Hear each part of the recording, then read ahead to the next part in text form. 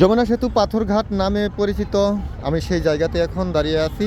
মূলত এখানে পাথর রয়েছে, এখানে পাড় দিয়ে পাথর ফেলে পাড় একবারে ভরাট করে রাখা হয়েছে যেন পাড় ভেঙে না যায়।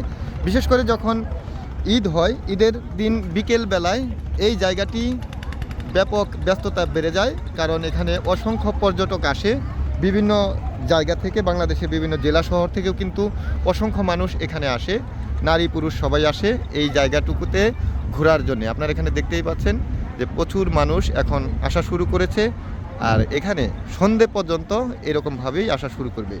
এবং যারা আসে তারা নদীর ওপারেও চলে যায়, এবং এখানে যে যমুনা ব্রিজটি রয়েছে আমাদের এখানে, সেই ব্রিজের নিচেও কিন্তু অনেকে নৌকা নিয়ে চলে যায়। এখানে আপনারা দেখতেই পাচ্ছেন যে ট্রলার ভর্তি করে, নৌকা ভর্তি করে অসংখ্য মানুষ এখান থেকে পারাপার হচ্ছে।